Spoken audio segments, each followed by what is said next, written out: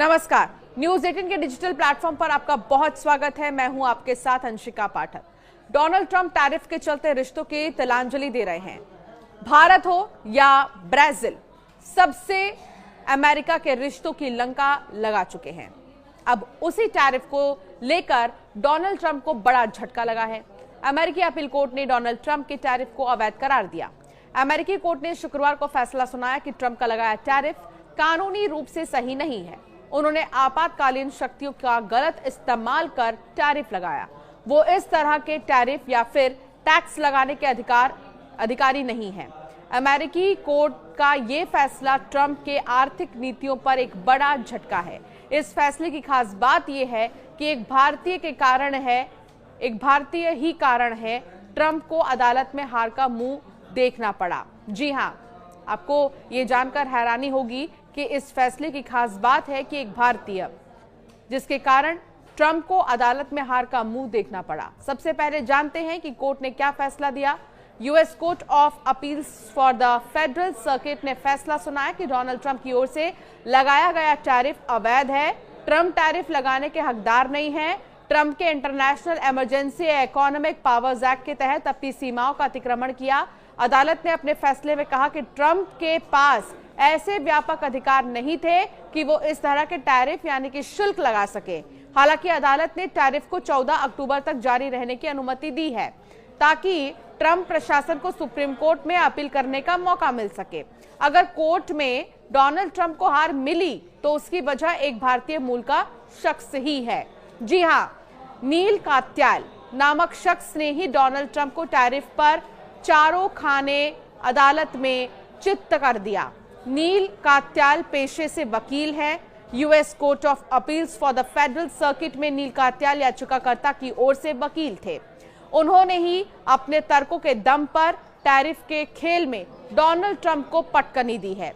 नील कुमार कात्याल एक अमेरिकी वकील और कानूनी विद्वान है। नील कात्याल भारतीय मूल के अमेरिकी नागरिक हैं। उनके माता पिता भारतीय मूल के हैं। माता का नाम प्रतिभा और पिता का नाम सुरेंद्र है। पिता की मौत हो चुकी है। उनकी मां डॉक्टर है। नील कात्याल ने अदालत में डोनाल्ड ट्रंप के खिलाफ मजबूत तर्क दिए हैं। इससे कोर्ट ने फैसला डोनाल्ड ट्रंप के खिलाफ में दिया। कोर्ट के फैसले पर डोनाल्ड ट्रंप ने गहरी निराशा व्यक्त की है। उन्होंने इसे बहुत पक्षपाती बताते हुए इसकी आलोचना की और कहा कि वो इस फैसले को सुप्रीम कोर्ट में चुनौती देंगे, जहां उन्हें मदद मिलने की उम्मीद है।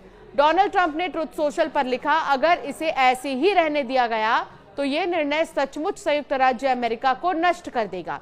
उन्होंने साफ कर दिया है कि टैरिफ अभी लागू है और आगे भी लागू रहेंगे।